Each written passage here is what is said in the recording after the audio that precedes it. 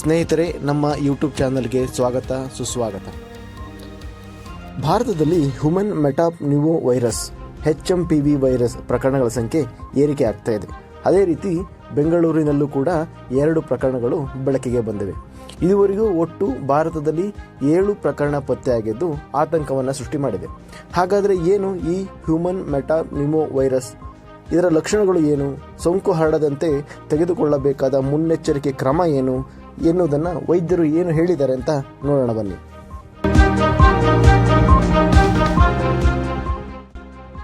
HMPV ಎಂದರೇನು?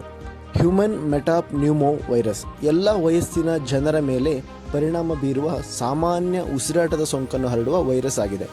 ಸಾಮಾನ್ಯವಾಗಿ ಸೌಮ್ಯ ಮತ್ತು ಮಧ್ಯಮ ಫ್ಲೂ ಥರದ ರೋಗ ಲಕ್ಷಣಗಳನ್ನು ಉಂಟುಮಾಡುತ್ತದೆ. ಈ ವೈರಸ್ ಚಳಿಗಾಲ ಮತ್ತು ವಸಂತ ಕಾಲದಲ್ಲಿ ಆರಂಭಗೊಳ್ಳುತ್ತದೆ.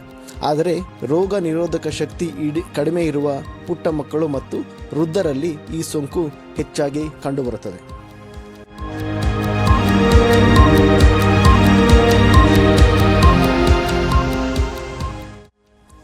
HMPV ರೋಗದ ಲಕ್ಷಣಗಳು ಏನು?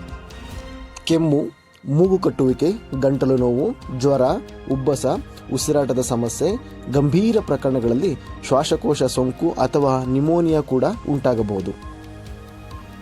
HMPV ಹೇಗೆ ಹರಡುತ್ತದೆ? ಸೋಂಕಿತ ವ್ಯಕ್ತಿಯು ಕೆಮ್ಮು ಅಥವಾ ಸೀನುವಾಗ ಹೊರಬರುವ ಹನಿಗಳ ಮೂಲಕ HMPV ಹರಡುತ್ತದೆ.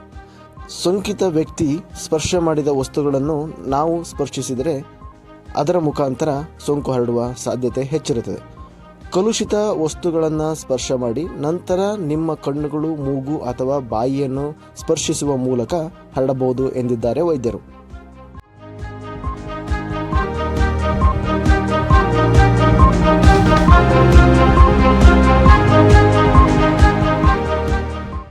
ಹಾಗಾದರೆ HMPV ಸೋಂಕು ತಡೆಗಟ್ಟುವುದು ಹೇಗೆ? ವೈರಸ್ ಹರಡುವ ಅಪಾಯವನ್ನು ಕಡಿಮೆ ಮಾಡಲು ನಿಮ್ಮ ಕೈಗಳನ್ನು ಸಾಬೂನು ಮತ್ತು ನೀರಿನಿಂದ ಕನಿಷ್ಠ 20 ಸೆಕೆಂಡುಗಳ ಕಾಲ ಸ್ವಚ್ಛಗೊಳಿಸುತ್ತಾ ಇರಿ.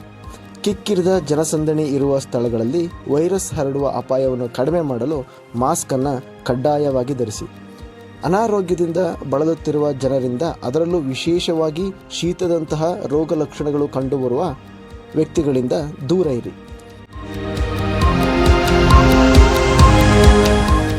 ಕೊರೋನಾ ವೈರಸ್ ಮತ್ತು HMPV ವೈರಸ್ ವ್ಯತ್ಯಾಸ ಏನು?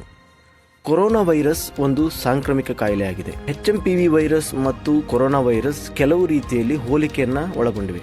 ಉದಾಹರಣೆಗೆ, ಎರಡೂ ವೈರಸ್ಗಳು ಎಲ್ಲ ವಯಸ್ಸಿನ ಜನರಲ್ಲಿ ಉಸಿರಾಟದ ಕಾಯಿಲೆಗೆ ಕಾರಣವಾಗುತ್ತವೆ. ಚಿಕ್ಕ ಮಕ್ಕಳು, ಹಿರಿಯ ವಯಸ್ಕರು ಮತ್ತು ದುರ್ಬಲ ರೋಗ ನಿರೋಧಕ ಶಕ್ತಿ ಹೊಂದಿರುವ ಜನರು ಹೆಚ್ಚು ಅಪಾಯಕ್ಕೆ ಒಳಗಾಗುತ್ತಾರೆ. HMPV ವೈರಸ್ ಬಗ್ಗೆ ಆರೋಗ್ಯ ಇಲಾಖೆ ಏನು ಹೇಳಿದೆ? HMPV ವೈರಸ್ ಭಾರತದಲ್ಲೂ ಇದೆ, ಆದರೆ ಅದು ಮ್ಯುಟೇಷನ್ ಆಗಿದೆಯಾ ಎಂಬ ಬಗ್ಗೆ ಇನ್ನೂ ಸ್ಪಷ್ಟನೆ ಇಲ್ಲ. ನಮಗೆ ಚೀನಾದಲ್ಲಿ ಮ್ಯುಟೇಟ್ ಆಗಿರುವ ವೈರಸ್ ಹೇಗಿದೆ ಎಂದು ತಿಳಿದಿಲ್ಲ. ಹೀಗಾಗಿ ಇಲ್ಲಿ ಪತ್ತೆಯಾಗಿರುವುದು ಸಾಮಾನ್ಯ HMPV ವೈರಸ್ಸೇ ಅಥವಾ ಚೀನಾದ ತಳಿಯ ಎಂಬ ಗೊಂದಲ ಇದೆ.